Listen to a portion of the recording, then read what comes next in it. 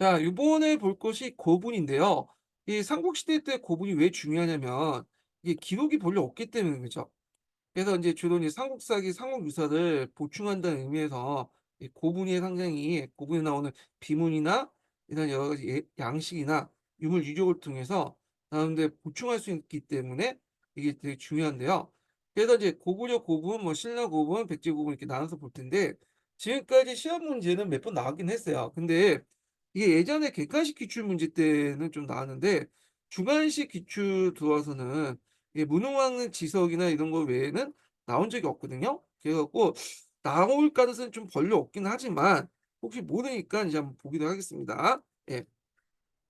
먼저 살펴볼 게 고구려 고분인데요. 고구려의 고분의 특징을 보면 돌무지 형태가 많다는 거야. 보통 고구려는 맥족하고 예족이 이제 혼합해서 쌓인 국가잖아요. 예족은 지배층이고 맥족이 피지배층인데 이 고구려의 어떤 그 고분은 이 맥족 양식을 따랐어요. 맥족은 돌무지 형태로 이제 많이 짓거든요. 예족은 이제 부여족이기 때문에 부여족은 중국과 함께 토각모 형태가 있어요. 토각모 널무덤 형태. 근데 널브놈이 아니라 여기 이제 뭐냐면 맥조 형태인 그런 돌식 그 돌무지 형태가 많다는 거. 다만 이제 그 무덤 형태는 그런 형태인데 부장품은 예족의 어떤 그 부장품이 부여에서 내려온 그런 부장품들이 많아요. 자, 그러면 이제 그 고구려 고분을 이제 나눠보죠. 고구려 고분은 맥족의 고유 형태인 석총과 그다음에 중국의 영향을 받은 토총으로 나오는데 석총은 겉모습이 돌로 쌓기 때문에 석총이 나오고 토총은 아는 돌인데 바깥이 이제 뭐냐 봉투가 흙으로 덮었기 때문에 토총이라고 해요. 예. 그래서 이제 이 석총은 이제 맥종 양식의 영향을 받는 거야, 맥종. 이 석총도 여러 가지로 변화가 되는데 초창기 때는 어떤 식으로 이제 사람을 무덤을 만드냐면 시체를 이렇게 놔두고 그 위에 돌을 쌓는 형태예요. 제일 단순한 무덤이죠. 이걸 무단신 돌무리 무덤이라고 해요. 예. 그래서 보통 그 평민들은 대개 보면 이런 돌무지 무덤 형태 있어요. 무단식 돌무지 무덤. 근데 이게 이제 좀 문제가 있는 게 뭐냐면 비가 오면 이게 돌이 밑으로 쓸려 내려갈 거 아니에요. 그럼 시체가 보여요. 보기 안 좋죠. 그러니까 이제 여기에다가 기단을 만들었어.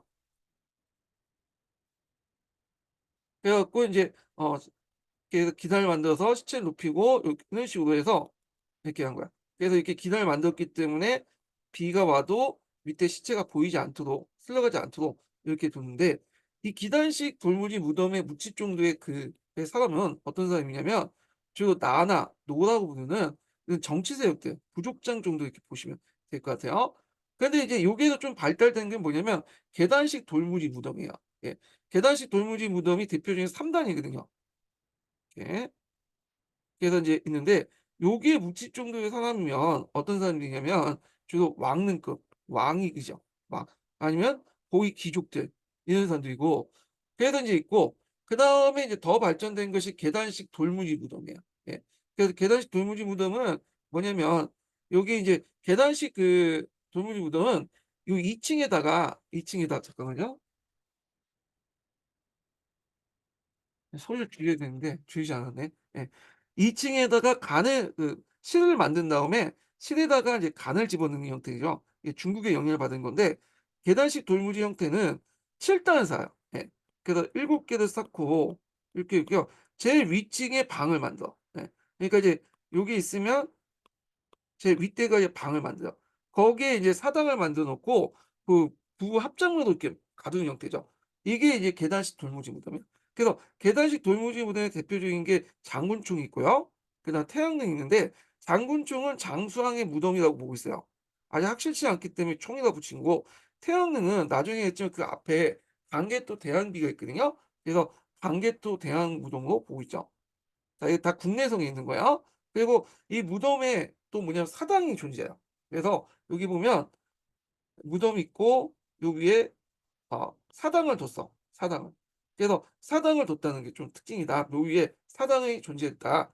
그래서 계단식 돌무지 무덤의 이제 대표적인 이게 그림 안 그렸네. 예. 사진이 있는데 한번 그 장군총 한번 찾아서 보시고요. 나중에 장군총을 집어넣어야 되겠네. 뺐긴 했는데. 자 여기까지가 주로 인제 한인 지역이나 통구 지역에 있었던 무덤 형태죠. 이게 인제 그 청양성 쪽으로 옮기면서 토청 형태로 바뀌는데, 토청은 중국의 영향을 받았어요. 중국의 전축봉 있죠. 전축봉이 이제 특징은 무덤으로 벽돌 이용하잖아요, 이런 식으로. 여기가 연도가 있고, 연도에 들어가면 여기 부부 합장무가 있죠. 이게 토청으로 이렇게 봉투를 이제 흙으로 덮는 방식인데, 이게 똑같아 구조가. 다만 우리나라 같은 경우에는 그 뭐냐면 벽돌을 사용하지 않고 화강암을 사용했어요. 그래서 화강암이 많기 때문에 화강암을 많이 사용했는데, 자 구조는 똑같다는 거. 그래서 이걸 행열식 석실본이라고 해요. 행열식 석실본. 그래서 이제 4 세기부터 해서 7 세기까지 쭉 있는데, 처음엔 방이 많아졌다가 방이 외방 무덤으로 축소되는 경향이 있다라는 걸 좀 기억을 해 두시면 되고요. 자 그리고 이제 모듈 청장 양식이 나타났다. 우리는 그 고구의 고유한 양식 방법이죠. 그다음에 이제 벽화를 보면 여기 인제 뭐냐 토청 같은 경우에는 벽면이 있기 때문에 벽화가 존재할 수 있죠. 그래서 전축분이나 행일식 석실본 같은 경우에 벽화가 존재하는데, 처음에 벽화는 구체적인 일상생활의 모습을 그리다가 점점 추상화되기 시작해요. 그래서 4 세기, 5 세기 때 벽화들 보면 생활 풍습이나 인물들 그리고 6 세기 때 5 세기, 6 세기 연꽃무늬 등장하거든요. 연꽃무늬가 등장했다는 건 불교가 도입됐다는 거죠. 예. 그런 것들.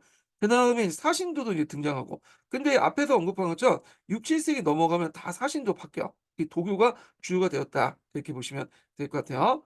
자, 그러면 돌멩이 무덤 중에 대표적인 무덤 형태가 어떤 무덤이냐면 모두는 무지가 있어요. 요걸 이제 보기 전에 잠깐 그 뒷장에 보면 그 만주 지반시에 보면 고구려 고궁 분포도가 있거든요. 예. 여기가 국내선이고요. 이건 평저선이죠. 고구려나 이제 고구려는 평저성 상성 양식으로 했기 때문에 요게 평저성이면, 자 저기초도는 이 평저성에서 싸운 게 아니라 도망을 가 산성으로. 그 산성 역할을 했던 것이 한도산성이야. 그래서 요 한도산성과 국내성 위치 물어보는 게 예전에 시험 문제 나왔죠. 그래서 한도산성 안에는 거기에 궁궐도 있고요. 그다음에 병영도 있고 생활 근거지도 있고 우물도 다 있어요, 요 한도산성은. 예.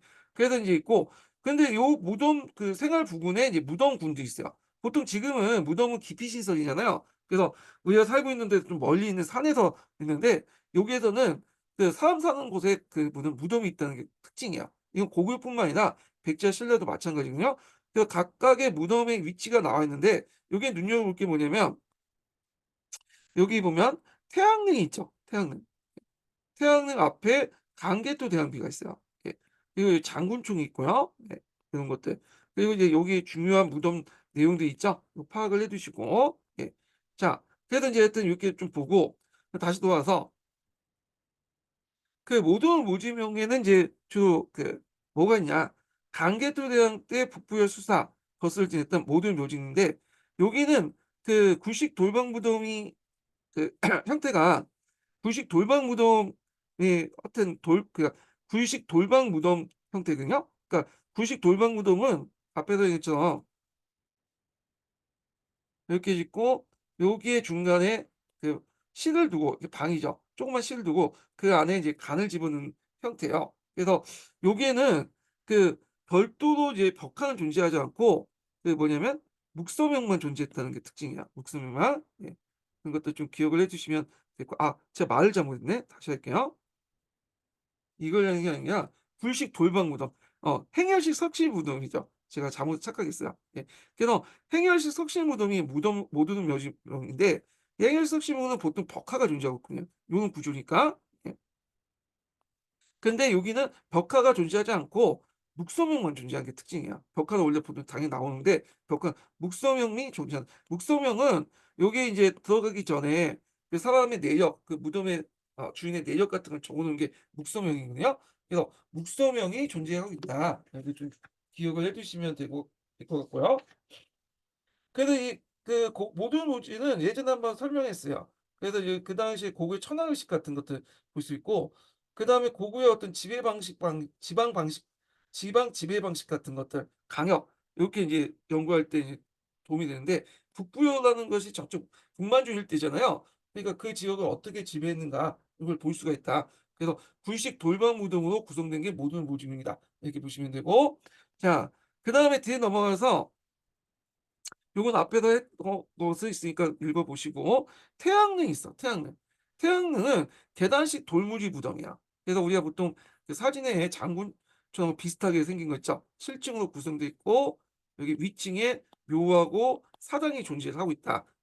그래서 이 명칭의 기원은 어떻게 나왔냐? 태양릉 위층 강개토대왕이 바로 앞에 있어요. 자, 명칭의 기원을 보면 원태양릉 안여 상고 여학. 원하컨대 태양능이 산처럼 완전하고 매처럼 그 튼튼하소서라는 명문이 나는 벽돌이 존재했어요. 그래서 이 벽돌은 왜 존재했냐면 여기 보면 이제 7층 있고 거기에 사당을 만들었다고 했죠. 사당에 세울 때 만든 벽돌이야. 벽돌이 사당이 무너지면서 여기 떼굴떼굴 굴려서 그 밑에 벽돌들이 이제 생긴 거예요. 밑에 있겠죠. 벽돌들이 깔려 있는데 그 벽돌 전문이라고 하죠. 정통적인 벽돌에 요 글자가 쓰여져 있기 때문에 이게 태양릉이라는 걸 알 수 있는 거야. 강계토 대왕 앞에 있기 때문에 또 알 수 있고 요 벽돌을 통해서 알 수 있다. 그래서 태양릉의 명칭은 요게 나왔다. 이렇게 보시면 돼요. 자, 추정을 보면 태양릉 앞에 강계토 대왕비가 존재했기 때문에 강계토 대왕비가 추정하고 있고 그다음에 앞에서 벽돌에서도 태양릉이라는 내용이 나왔기 때문에 강계토 태양만이 태양을 쓰잖아요. 고구려에. 그래서 태양릉이 강계토 대왕이다. 이렇게 이제 알 수 있는 거죠.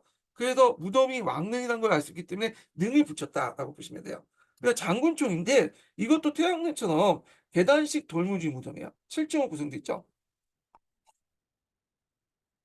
그래서 이 무덤은 장수왕릉이라고 보는 견해가 유력한데 태양릉처럼 확실한 그 뭐냐면 결정이 근거가 안 나왔어요. 단서가. 그렇기 때문에 그냥 확실하지 않기 때문에 무덤 총자를 붙인 거야. 예. 근데 우리가 알다시피 이 장군총은 국내성에서 나왔거든요. 여기 보시면. 그러면 장군총이 국내성인데 이게 좀 이상하지 않아요? 이게 장수왕이면 평양에 있어야 되잖아. 평양에서 죽었으니까. 근데 국내성에 나왔어. 이거 어떻게 해석할 것이냐. 학자들은 이걸 어떻게 해석하냐면 수능이다. 그러니까 장수왕이 살아있을 때 무덤을 자기가 만들었고 국내성에 비록 천돌됐지만 죽은 후에 자기가 예전에 만들었던 무덤에 붙였다고 보고 있어요. 그렇기 때문에 이 장수왕은 그 평양에 있지 않고 국내성에 있다는 게 특징이에요.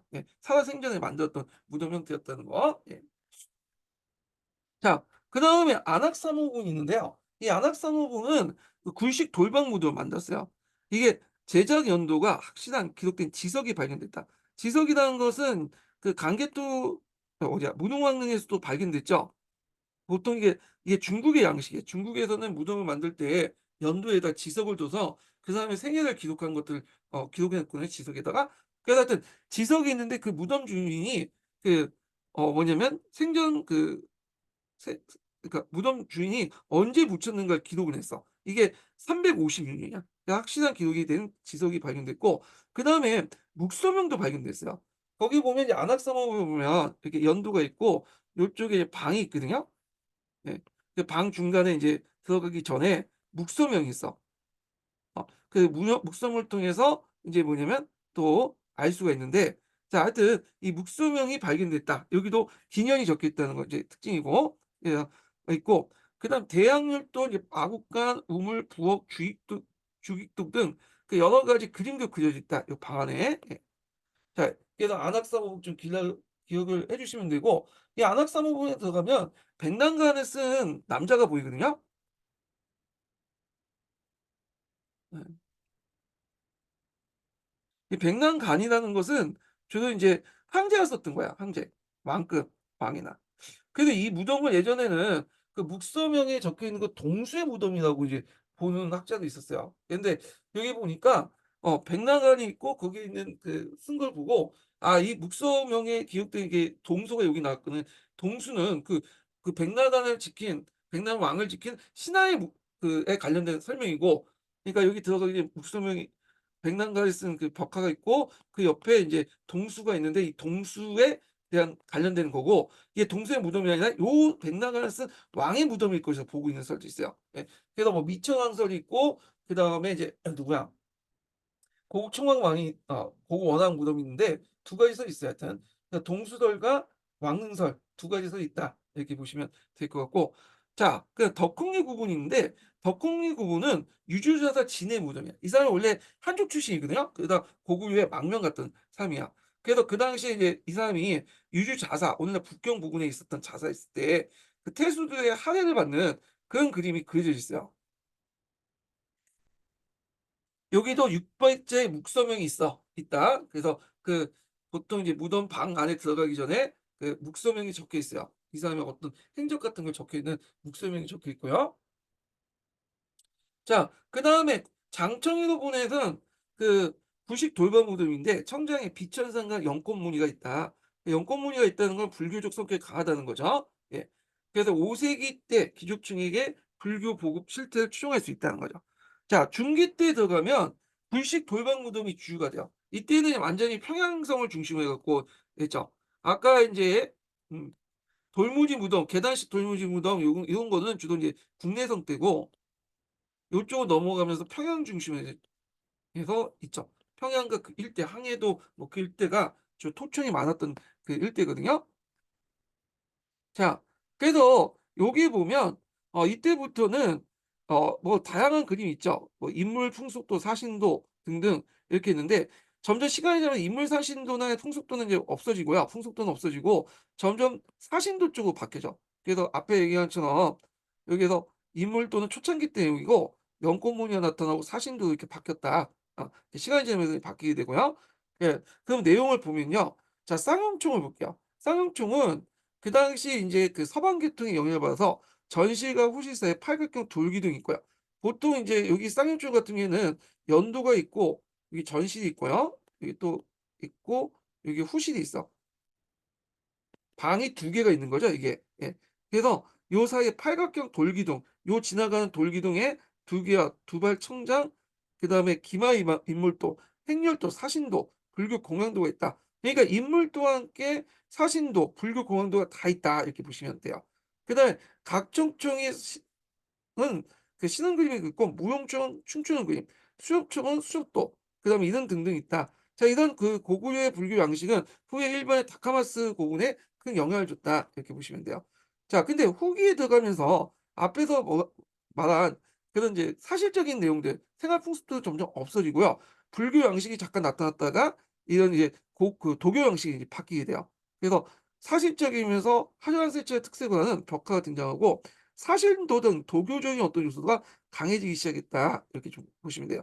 그때 이제 대표적인 게 강서동 대묘와 그다음 오해분 사어분과 오해분 오호분 같은 것들이 이제 대표적인 것이다. 이렇게 보시면 될 것 같은데 사회적 가치는 별로 없죠. 왜냐하면 사회적 가치가 이제 왜 없냐면 사신도나 불교 양식 같은 거 그려 놓은 거는 후대 사람들 볼 때는 그냥 불교와 도교가 그닥 일반화됐다 정도만 알 수 있는 거지 그 당시에 풍습이라든지 복식 스타일이나 이런 건 알 수가 없어요. 그래서 사회적 가치가 높은 거는 그 뭐냐면 굴식 돌반 무덤 초창기 때 무덤 4 세기에서 전반적으로 5 세기 때 형성된 무덤이 사회적 가치가 제일 높은 무덤이에요. 예. 자, 그래서 고구려 이제 관련된 내용들 좀 보는데 보통 이제 그 텍스트에 삼국사기나 삼국유사에 있는 내용을 통해서 그 당시 사람들의 생활상을 좀 알 수 있는 게 한계가 있어. 근데 이제 벽화라든지 이런 걸 통해서 우리가 생활상을 금방 알 수 있죠. 그래서 고구려 각족촌이 있고 아프라시브의 궁전이 있어요. 이 우즈베키스탄 사마르칸트에 있는 궁전 그 벽화가 있는데 요게 상당히 예전에 나왔던 기출 문제에 나왔던 거죠. 여기에서 이 고구려 사신들이 왔던 그 기록들이 그려져 있는데 이 고구려 사신을 알 수 있는 게 뭘까요? 이게. 자, 고구려 사신을 알 수 있는 게 두 가지 요소가 있죠. 하나가 여기 보면 조우관이 있어요.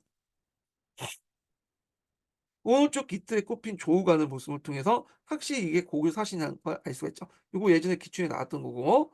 그리고 또 하나가 알 수 있는 게 요 칼이야. 이건 한두대두라고 하죠. 한두대두.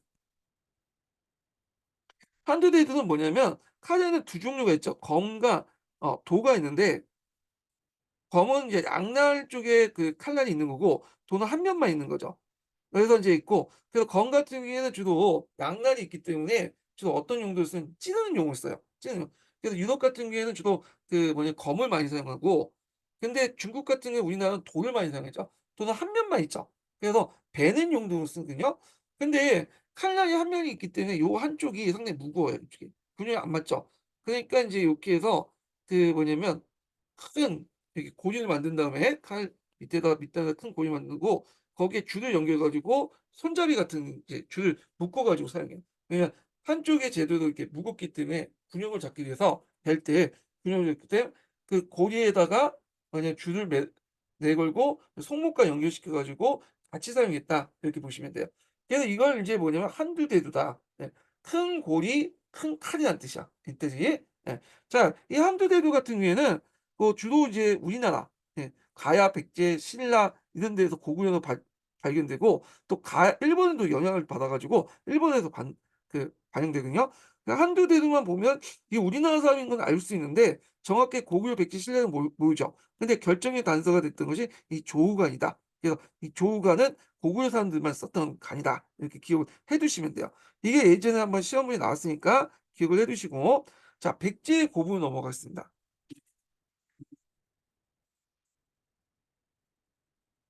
자, 백제 같은 경우에는 이제 수도를 옮길 때마다 이게 이제 뭐랄까, 예, 그때그때 무덤군이 다르죠. 그래서 한성시대 때는 주로 이제 석촌동이나 가락동, 방이동 지역에 이제 무덤 양식이 있었고, 그다음 웅진 시대는 송상리 고분군이 유명하죠.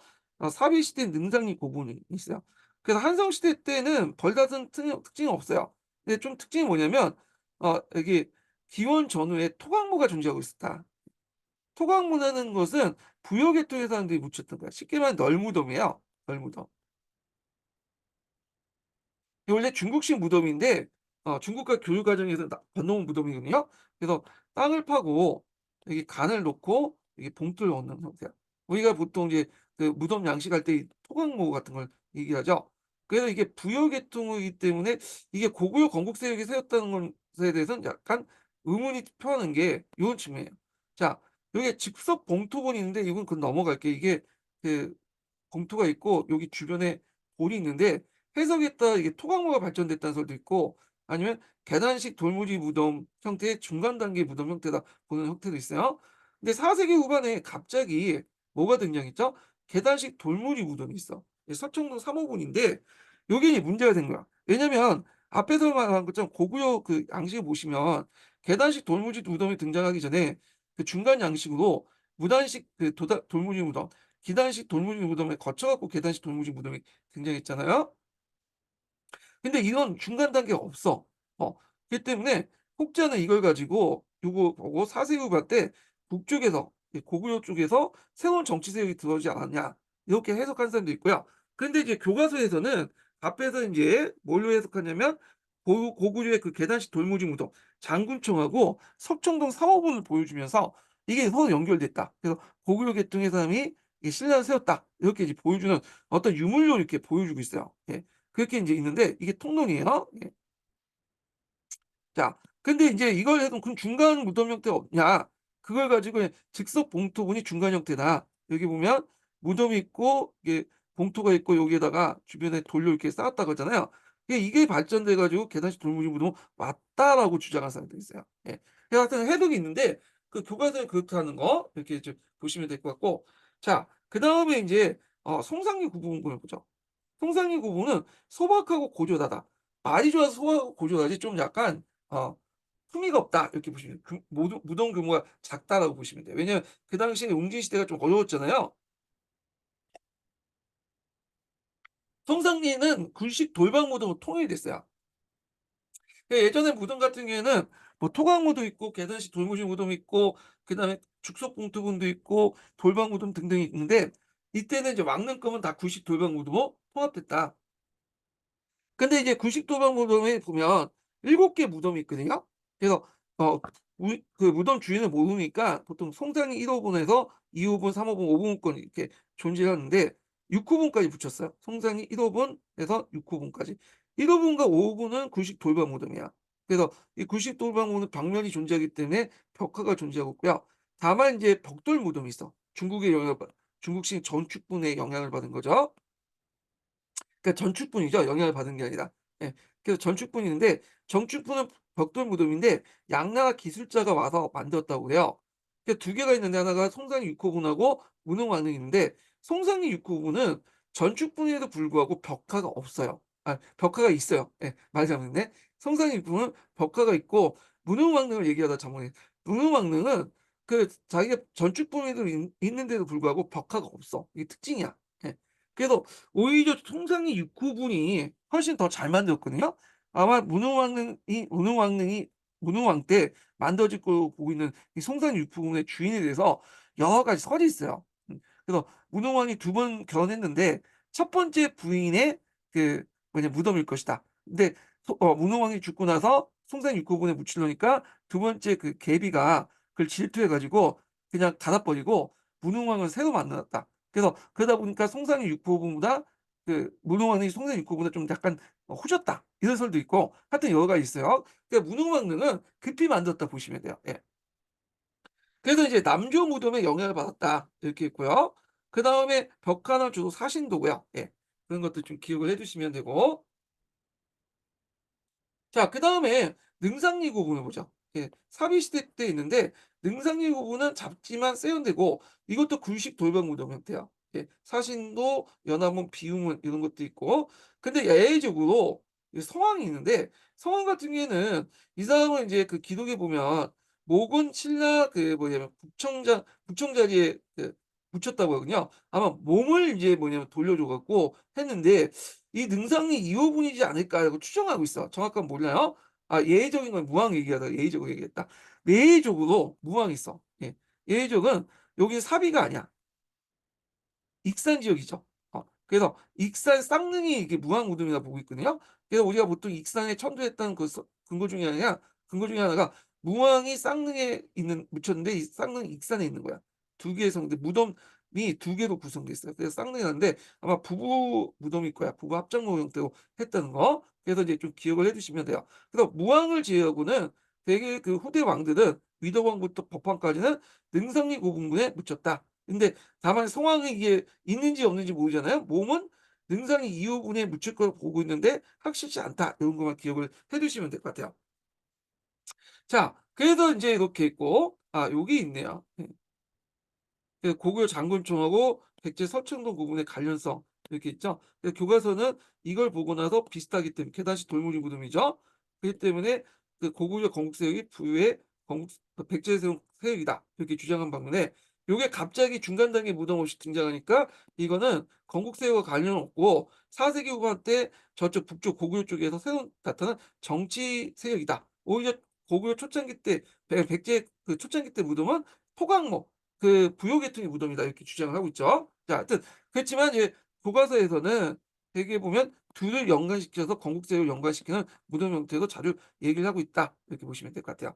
자, 신라의 고분을 볼게요. 신라의 고분은 돌무지 덜렬 무덤이죠.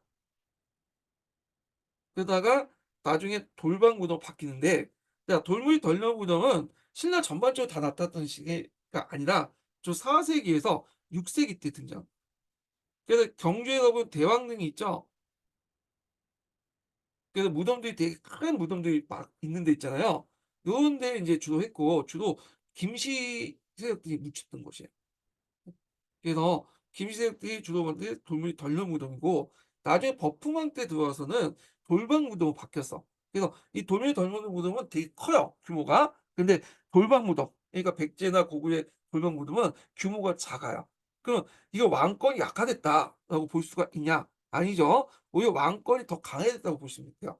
왜냐면 돌무지 덜려무덤이 만드는 4 세기, 6 세기 때는 그냥 김씨세력들이 막 이제 뭐냐면 왕이 되고 많은 패권을 구축했던데요. 그러니까 다른 시족들의 무덤보다 더 크게 만들어야 될 필요가 있잖아요, 자신의 권위를. 근데 버프왕 때 정도 되면 더 이상 무덤 크기를 통해서 자신의 권위를 내세울 필요가 없겠죠. 괜히 쓸데없이 또 인력도 많이 동원하니까. 그래서 무덤 규모가 축소되면서 돌방 무덤이 만들어졌다. 이렇게 보시면 돼요. 그러면 돌무지 덜널 무덤 관련된 내용을 좀 보겠습니다. 요 관련돼서 저 천마도 관련돼서 한번 나왔거든요. 자, 돌무지 덜널 무덤은 적성 목각분이라죠. 여기에서 간하고 각의 차이점을 좀 아실 필요가 있는데 간은 시체를 눕는 이제 뭐냐면 형태가 간이죠. 간은 알 거예요. 근데 각은 뭐냐면 여기 각에다가 간이 있고 여기 간이 있고 또 한 번 또 작은 그 각을 만들어. 이게 각이야. 그러니까 간을 덮는 각이라고 보시면 돼요. 예. 그래서 간을 덮는 큰 상자를 각이라고 보는데 각 같은 경우에는 부장품을 많이 놔요. 이런 것들이 특징이다. 이렇게 보시면 되고 그 적성목가품 같은 경우에는 평지에 구덩이를 파 갖고 지상에 돌을 깔고 이렇게 이게 돌이에요. 여기에다가 이제 뭐냐면 덜렬, 그러니까 각을 두는 거죠. 덜렬이 각이에요. 그래서 여기에 시체를 두고 여기다가 부장품을 두는 거죠. 그리고 이게 위에서 이렇게 돌을 이제 뭐냐 이렇게 덮고, 그리고 나서 그 위에 또 흙을 덮어.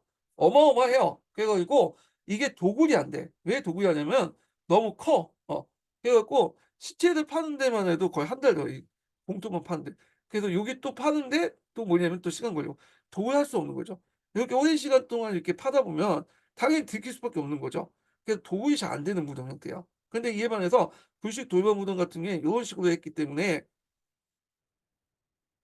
되게 막 쇠꼬챙이로 해 갖고 찔러 갖고 톡톡 건들면 용접하고 탁 들어가서 들어가면 되는 거죠. 예. 도굴이 안 됐다. 예. 그러니까 그 참 장점이라는 거죠. 근데 이 돌무리 덜렁 무덤도 중간 양식 무덤 초기 그 중간 단계 무덤이 양식이 나오지 않은 상태에서 갑자기 튀어나온 거예요. 예. 갑툭튀하는 거죠. 그래서 이게 이제 실내에서 자생적으로 만들어진 게 아니라 홍루나 스키타이의 어떤 영향을 받지 않을까. 예, 홍로와 스키타의 무덤 양식이 이 돌무리 덜렁무덤 거의 비슷하거든요. 그래서 홍로와 스키타의 세력 중에 일부가 동해안을 따라서 신라에 도착을 했고, 이들이 이제 김할지설화에 나온 김씨세력이 됐고, 그들이 나중에 정권을 장악했다. 뭐 이런 설이 있어요. 예. 자, 그래도 있는데 그때 이제 이 돌무리 덜렁 무덤에 관련된 그 내용을 보면요. 청마총이 있고 한난총이 있고 호우총이 있죠. 예. 그래서 천마총은 왜 천마총이냐? 천마도가 발견됐기 때문에 이렇게 된 거예요. 천마도는 예전 고대 시대 상상의 짐승이야. 이게 말이 아니에요. 예. 그래 갖고 인제 있는데 하여튼 이 천마도라고 하는 설도 있고 기인한 설도 있어요. 기인. 그래서 이제 이렇게 있는데 고대 시대 때 상상 속에 하늘 나는 말, 우리가 생각을 보통 많이 하나 이런 설도 있고, 기린이나 고대 시대 때 상상의 동물이 있어요.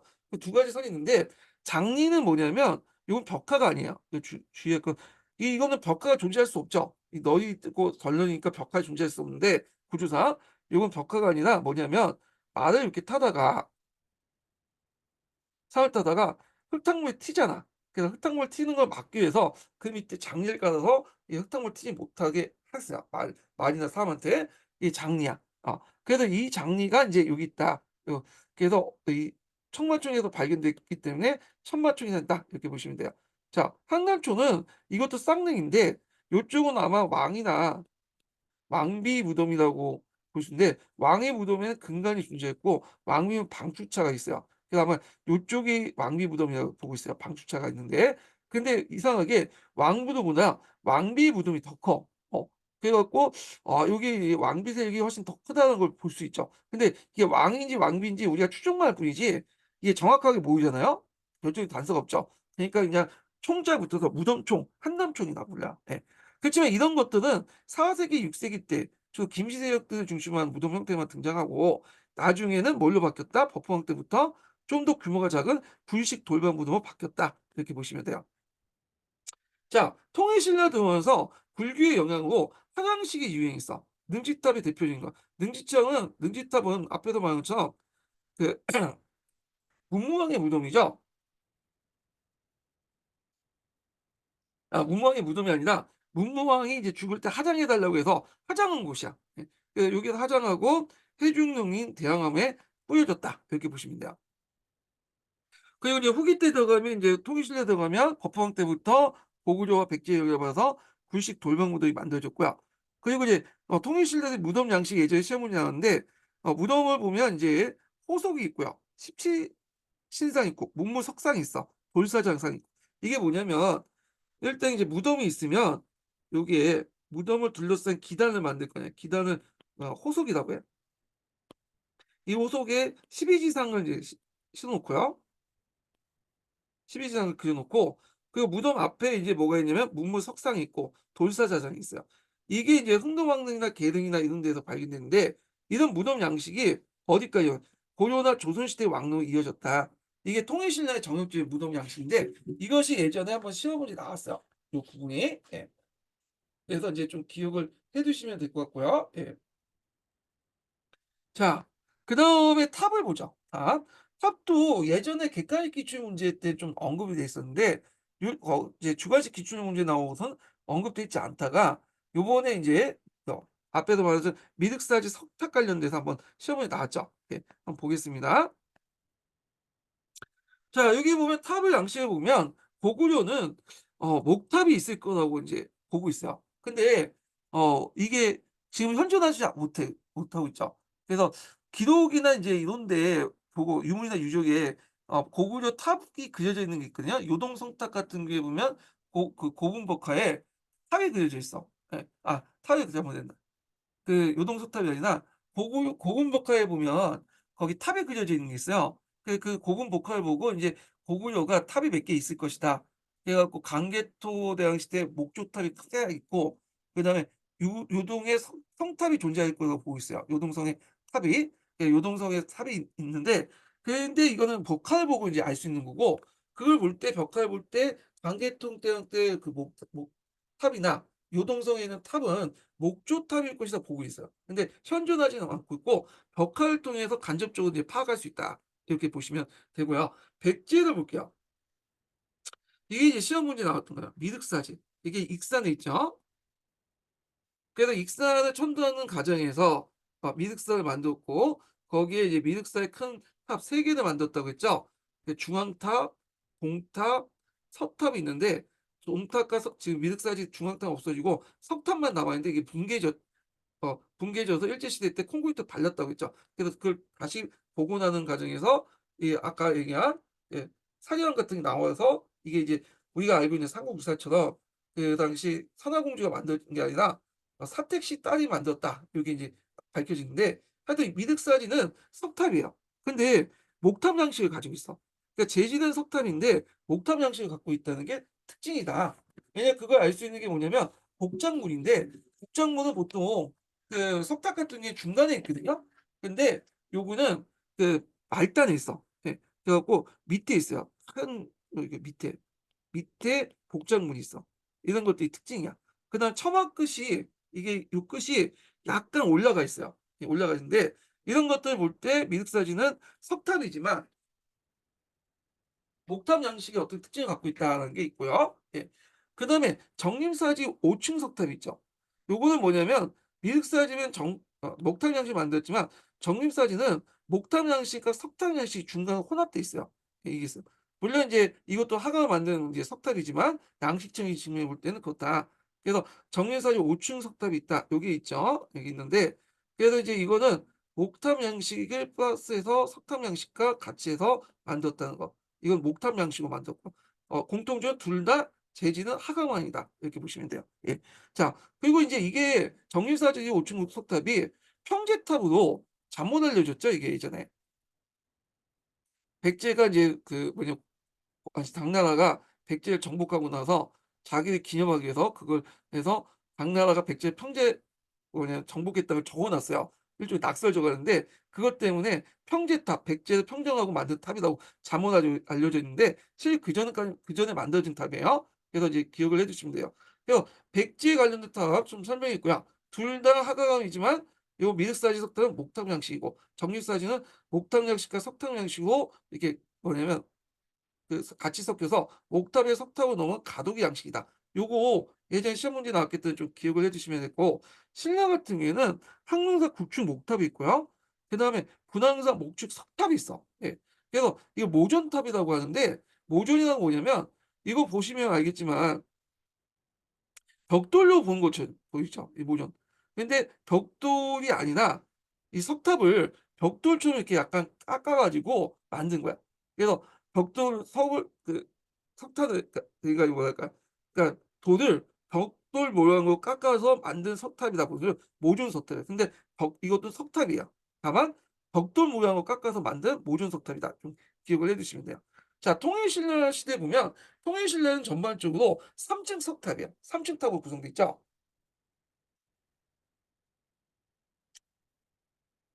그래서 인제 여기 보면은 가늠사지 3층 석탑이 있고 그다음에 고순사지 3층 석탑이 있고요. 그리고 신라의 대표적인 이제 것이 불국사 3층 석탑이 있죠. 예. 그래서 3 층으로 구성돼 있다는 거. 자, 근데 인제 다만 예외적인 것도 있어요. 정해상지 13층 석탑이 있어. 이거 예전에 한번 시험 문제 나왔던 거거든요. 그래서 통일신라 석탑은 석탑 양식이지만 3층 석탑 양식이지만 예외적으로 정해사지에 있는 건 13층 석탑이다. 이게 기출문제 나왔고요. 신라 하대에 들어가면 주로 인제 소백사막 이남 지역은 이런 큰 석탑을 만들었고 그 지방에서는 승탑들 주로 성종의 영향을 받은 거죠. 이런 것들을 만들었다.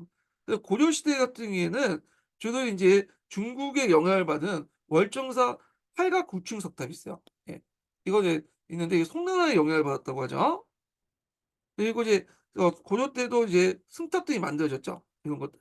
그래서 예전에 한국사 능력 검증 시험에서 승탑 관련된 내용이 물어본 적이 있거든요. 되게 어려운 문제를.